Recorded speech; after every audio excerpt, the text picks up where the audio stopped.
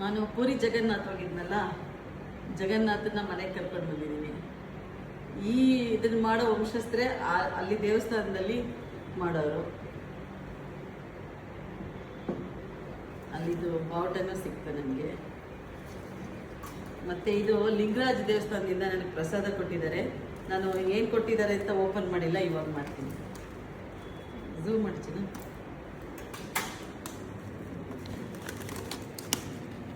ಓ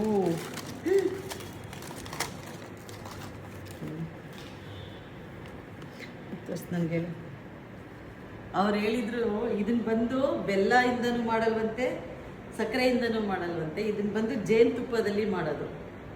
ತಗೋಚಿನ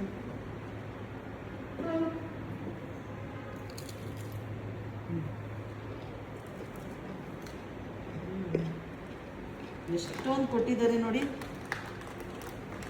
ಇದೆಲ್ಲ ಅವರು ಅಲ್ಲಿ ದೇವ್ರಿಗೆ ಪ್ರಸಾದವಾಗಿ ನೈವೇದ್ಯವಾಗಿ ಇಡುವಂಥದ್ದು. ಓ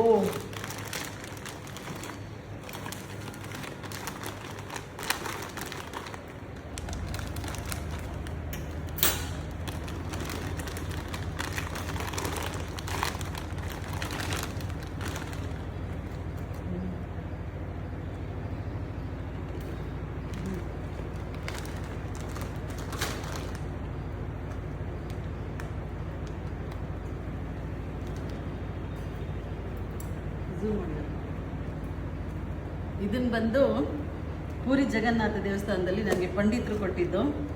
ಇದು ಜಗನ್ನಾಥನಿಗೆ ಇಡೋ ನೈವೇದ್ಯದ ಪ್ರಸಾದಗಳು. ಎಷ್ಟು ಥರ ಕೊಟ್ಟಿದ್ದಾರೆ ನೋಡಿ.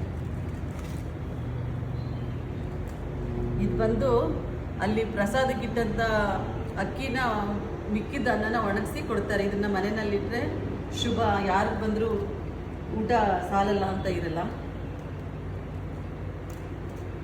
ಎಷ್ಟು ಕೊಟ್ಟಿದ್ದಾರೆ ನೋಡಿ. ನಾನು ನಿಜವಾಗ್ಲೂ ತುಂಬ ಸಂತೋಷ ಆಗ್ತಾ ಇದೆ. ದೇವರು ಇಟ್ಟಿದ್ದ ನೈವೇದ್ಯಕ್ಕೆ ಪ್ರಸಾದ ನನಗೆ ಕೊಟ್ರಲ್ಲ ಅಂತ. ಆ ಪಂಡಿತರಿಗೂ ಥ್ಯಾಂಕ್ಸ್ ಹೇಳ್ತೀನಿ, ದೇವ್ರಿಗೂ ಥ್ಯಾಂಕ್ಸ್ ಹೇಳ್ತೀನಿ.